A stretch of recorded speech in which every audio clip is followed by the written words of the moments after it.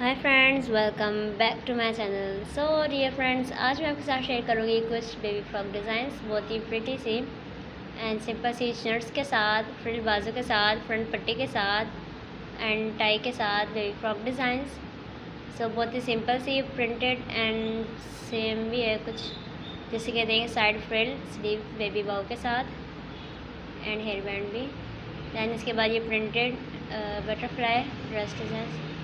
इसके बाद ये ब्लैक, उसके नीचे जो घेर है वो काफ़ी प्रिंटेड ही है कम्प्लीटली एंड कुछ फुल कम्प्लीट प्रिंटेड भी हैं, जैसे कि ये कैन का भी यूज़, नेट का भी यूज़ है। इसके बाद एक और आज फ्रिल के साथ, दैन इसके बाद एक और डिज़ाइन ब्लैक में।